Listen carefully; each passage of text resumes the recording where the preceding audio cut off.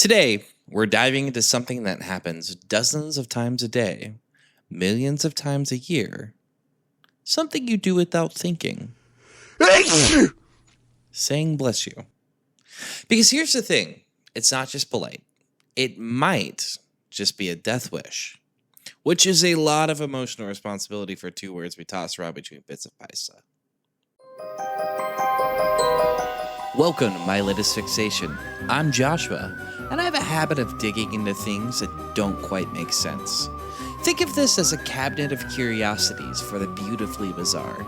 From lonely cryptids wandering through the static, to horror, gaming, obscure history, and the strange little piece of human connection. This is where we take a closer look at all the odd little things that don't quite add up. So settle in, get comfortable, and let's see where this one takes us. Back in the Middle Ages, when the world smelled like old bread and worry, a sneeze wasn't just a sneeze. It could feel like a warning, a sign that something was about to go very wrong.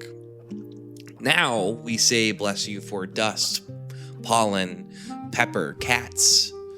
So how do we get from there to here? How did a reflex become a ritual? How did a warning sign turn into a polite little phrase we fire off automatically at dinner tables and offices, grocery store aisles, when we're giving people tours at work?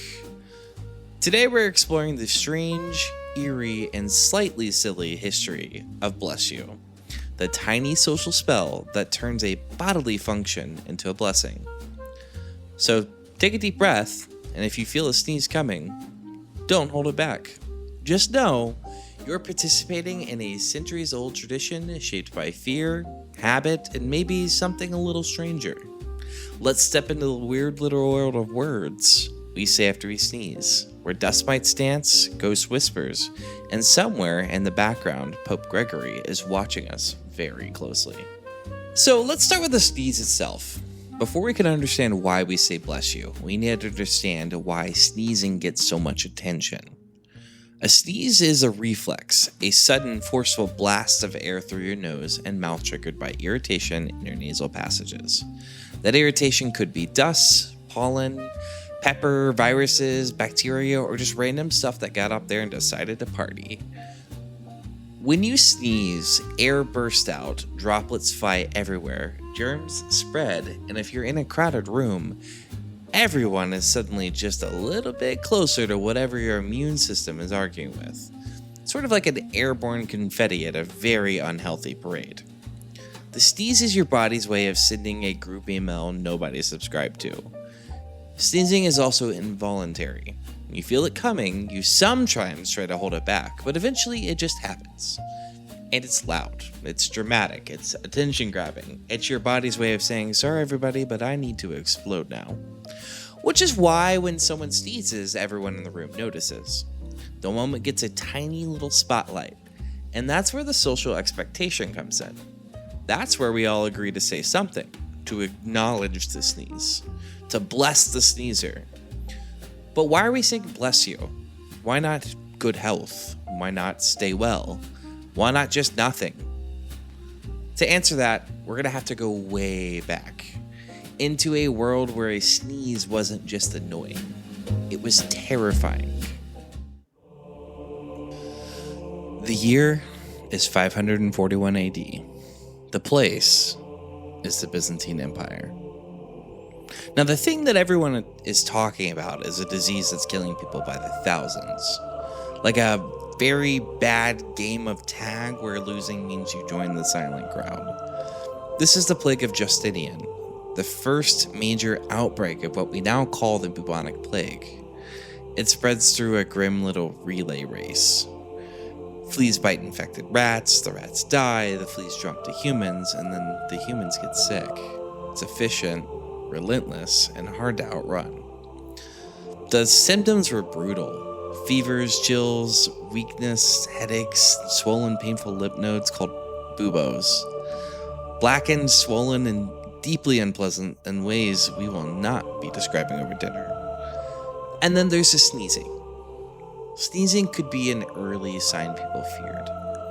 The kind that made others step back, clutch their rosaries, and wonder if this was the beginning of the end. This is where Pope Gregory the First enters the story. Now, Gregory the Great, as he was later known, was leading the church while plague swept through Rome, emptying neighborhoods, filling graves, and turning daily life into a slow-moving emergency.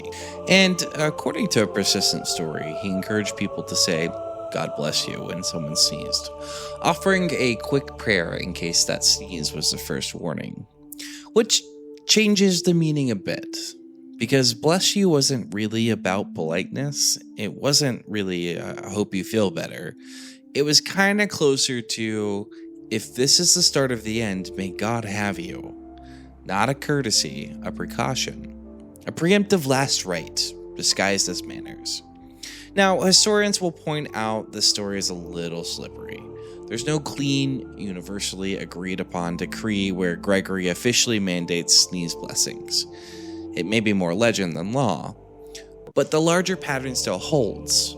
During times of plague, sneezing was frightening, and blessing someone became a very clear way to respond to that fear. And the fear didn't go away. Centuries later, the plague returns, most famously as the Black Death in the 14th century, sweeping through Europe like a very dark, very persistent shadow. Between 1347 and 1351, it kills a staggering portion of the population. Cities were hollowed out, families vanish, death becomes part of the background noise. I mean, there's even a nursery rhyme, Ring Around the Rosie, sometimes linked to the plague symptoms. Maybe it is, maybe it isn't. Historians kind of argue about that too. I personally believe it. But the fact that we connect a children's rhyme to a pandemic tells you how deeply this fear embedded itself. In that world, a sneeze wasn't just a sneeze. It might be the first sign. So you say, "Bless you." You offered a prayer. You did what you could. Because sometimes that tiny phrase was the only thing standing between an ordinary moment and the possibility that it wasn't. The possibility that you could be next. Of course, the plague isn't the only explanation people have tried to give. Humans are very good at inventing theories to make rituals feel less terrifying. So, the second theory I found was the heart stops theory. You've probably heard this one. When you sneeze, your heart stops for a split second, and bless you is wishing it back to life. It kind of sounds poetic, a tiny cardiac cliffhanger resolved by a friendly spell. The problem is your heart doesn't actually stop when you sneeze. It keeps beating. Maybe changing rhythm slightly, but no dramatic pause. The drummer in your chest is stubborn. Honestly, if anyone deserves a bless you, it's the heart, showing up for work every day without asking for overtime. So the theory is wrong, but it's a sweet wrong. It swaps out the plague and death for a your heart needs a little encouragement story, which feels nicer at parties. The third theory I've come across is evil spirits and wandering souls. So another explanation that when you sneeze, your soul or your life force is momentarily vulnerable. Saying bless you protects it from evil spirits slipping in while the door is open. And some older beliefs sneezing was a spiritual event, a moment where the boundary between the physical and spiritual thin, like a curtain barely hanging on. A blessing was a way of wrapping this person in a quick spiritual blanket. If sneezing really did put your soul temporarily at risk, some of us would be walking around with souls that look like they've been through the airport security 12 times a day. Theory number 4, a good omen sneeze. In parts of Rome and Greece, a sneeze could even be a sign of good luck. A tiny nasal thumbs up from the universe. There are stories of sneezes interpreted as messages from the gods, as yes, go ahead, or no, really don't do that. Imagine trying to explain that to a modern allergy sufferer. No, you're not miserable, you're blessed. So, not all sneezes were ominous. Sometimes they were messages. But again, none of these theories fully explain why we settled on bless you specifically, and why we use it after sneezing, but not after yawning, coughing, or, tripping over a rug. The plague story still gives us the clearest bridge. A bodily event that looked like the start of disaster answered with a quick prayer. The important thing isn't picking one true theory, but noticing what they all share. They treat sneezing as a moment where something could change quickly. A tiny rupture in normal life that needs a ritual to patch it. Now, here's where it gets culturally a little weird, because saying bless you after a sneeze is not universal. Around the world, people have their own sneeze etiquette rules, like a global game of what do we do when someone expels air from their nose. In English-speaking countries, we say bless you or God bless you. There's that ghost of the plague and prayer baked into the words.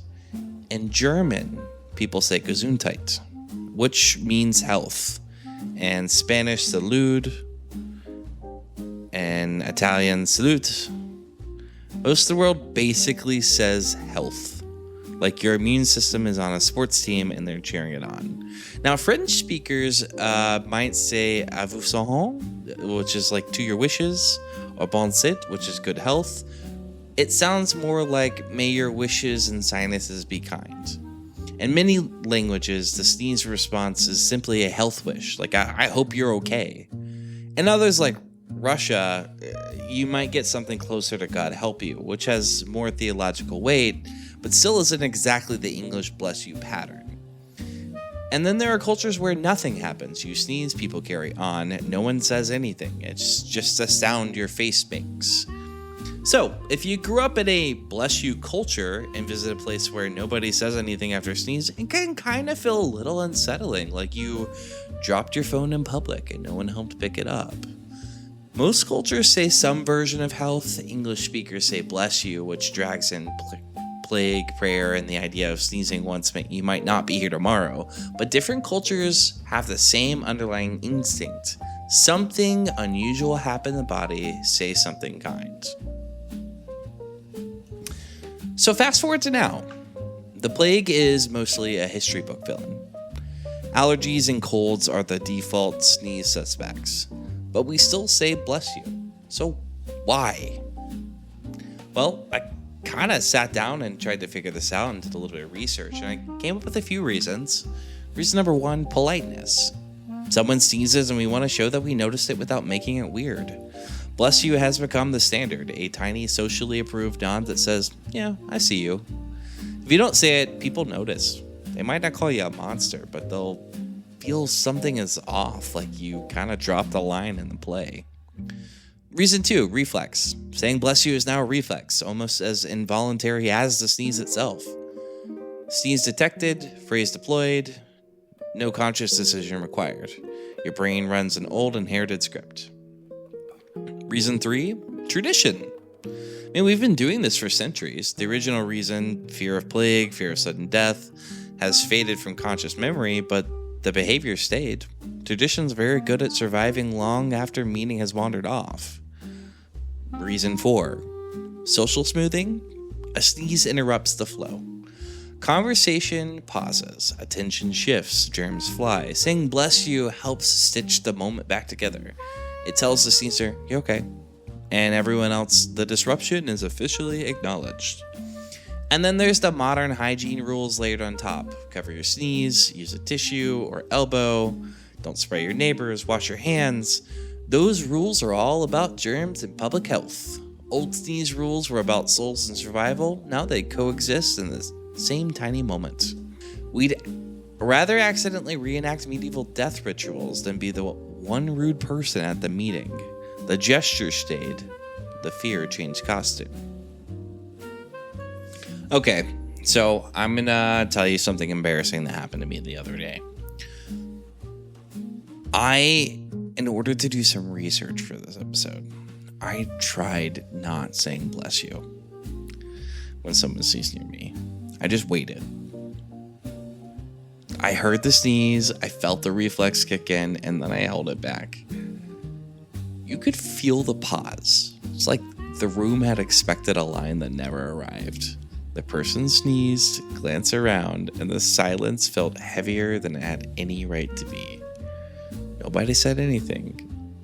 But that moment became really awkward, like I missed a cue in the script that everyone else knew by heart. You could literally feel the script tearing. It's like everyone in the room suddenly becomes an unpaid director thinking, wow, you missed your line. That's the power of bless you. It's not just the words, it's a social contract. Say it and you're reassuring everyone. I recognize the ritual. I am inside the group. Don't say it, and suddenly you're slightly outside. Not evil, not cruel, just off. Sneezing already makes us feel a bit exposed. We've lost control of our body for a second. We've made a noise. Maybe we've sprayed a few particles of embarrassment into the air. Bless you is one of the ways we socially pat each other on the shoulder and say, you're fine, we're fine, carry on. It's a tiny phrase that has a very big job. Now here's the uncomfortable part. The bubonic plague never fully disappeared. It's very rare, but it still shows up in the world today. Mostly in certain regions, and usually treatable with modern antibiotics when caught early. It's like a grumpy ghost that refuses to move out of the historical mansion. We don't say bless you because we think a random sneeze is the first sign of the plague anymore. We're not quietly preparing for sudden death every time someone in the office sneezes near the snack table. But the ritual we inherited from those centuries of fear is still here, just repurposed. The original terror faded, but the habit stayed.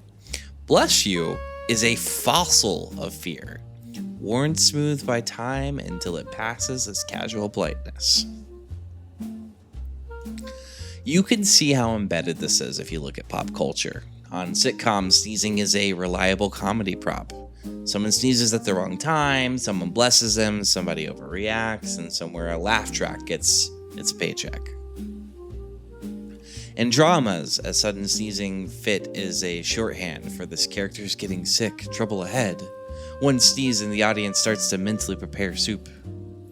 In kids' shows, sneezes are contractually obligated to come with a lesson on hand washing or a cheerful bless you, like a PBS is personally worried about your germs.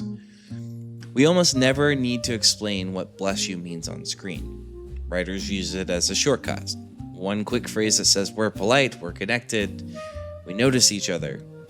We've turned a medieval panic response into a background check for office jokes and cartoon germs. So behind every little laugh at the sneeze and bless you gag, there's a distant echo of people once genuinely afraid that a sneeze might be the first sign that someone wouldn't survive the month. So, why do we still say bless you, really? Yeah, I've already kind of covered some of the reasons, because it's polite, it's automatic, it's traditional, because it's safer to say than to audition for the role of sneeze atheist in the room. We're social animals. We like being inside the pattern. Failing to say bless you feels like we're missing a handshake. There's also something deeper. Saying bless you is one tiny way that we manage the discomfort around sickness, germs, and mortality. We don't consciously think I fear death every time somebody sneezes, but do feel a little jolt of concern, right? Like, are they sick? Will I get sick? Is this bad? Bless you lets us send something soft and kind towards that unease, even if the words themselves are more about souls than sinuses. We could have all agreed to say Gesundheit in English and kept things strictly about health. Instead, English looked at this moment and said, nah, let's drag God into this. Two words that cover politeness, concern, tradition, and a little whisper of superstition all at once. I mean, the whole story is so strange that it naturally tilts towards humor. It's like a comedy club inside a haunted library. So next time someone sneezes, imagine if we treated each other the way other sounds work. So if someone coughs, it's been an honor knowing you. Someone hiccups, may your soul return swiftly. Someone burps, actually, well, maybe we don't want a medieval ritual for that one. You could play with this on your own. Next time someone sneezes, you can mentally subtitle your bless you with whatever version feels right to you. May your allergies be mild. May your germs stay contained. Or, congratulations, you've just reenacted medieval pandemic etiquette. Bless you is the only time many of us casually pray for someone's soul during a normal Tuesday. That's the point I'm making. So, there you have it. The story of Bless You. The death wish we say after every sneeze. From the plague of Justinian to Pope Gregory the First to modern day grocery stores. Bless You has traveled through centuries of fear, faith, changing languages, and changing ideas about health. What started as a serious, possibly desperate prayer for someone's survival has become a soft social tap on the shoulder. We still say it. We say it automatically. We say it without thinking. We say it because that's what we do. But now, you know the shadow that's hiding behind the habit. Next time someone sneezes, you'll probably say bless you. You might not pause, you might not give a lecture on buboes and fleas, but for a split second, you can know. You're not just being polite, you're echoing a world where a sneeze could mean danger. And if you feel a sneeze coming, well, don't hold it back, let it happen. Let it be dramatic, let it be your tiny involuntary fireworks show. And when you do, I'll be right here whispering it with you. Bless you. Bless you.